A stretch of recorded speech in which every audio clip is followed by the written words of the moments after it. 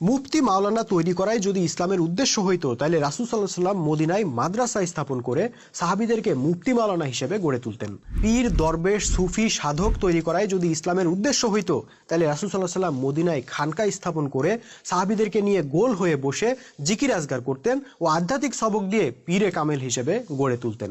কিন্তু আমরা ইতিহাসে দেখি রাসূল সাল্লাল্লাহু আলাইহি সাল্লাম মুফতি মাওলানাও তৈরি করেন নাই, কামেল পীরও তৈরি করেন নাই। তিনি সাহাবীদেরকে নেতৃত্ব দিয়ে, প্রশিক্ষণ দিয়ে দুর্ধর্ষ যোদ্ধা হিসেবে গড়ে তুলেছিলেন।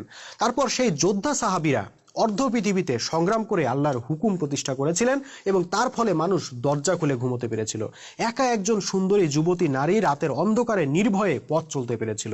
ভাইজান, আজ আমাদের সমাজে পীর, দরবেশ, সুফি, সাধক, মুফতি, মাওলানা, কারি, খানকা, মাদ্রাসা সব আছে, শুধু সাহাবীদের মতো সেই সংগ্রামী বাহিনীটা নাই যারা জীবন সম্পদ দিয়ে সংগ্রাম করে পৃথিবীতে ন্যায়, সুবিচার ও নিরাপত্তা কায়েম করবে।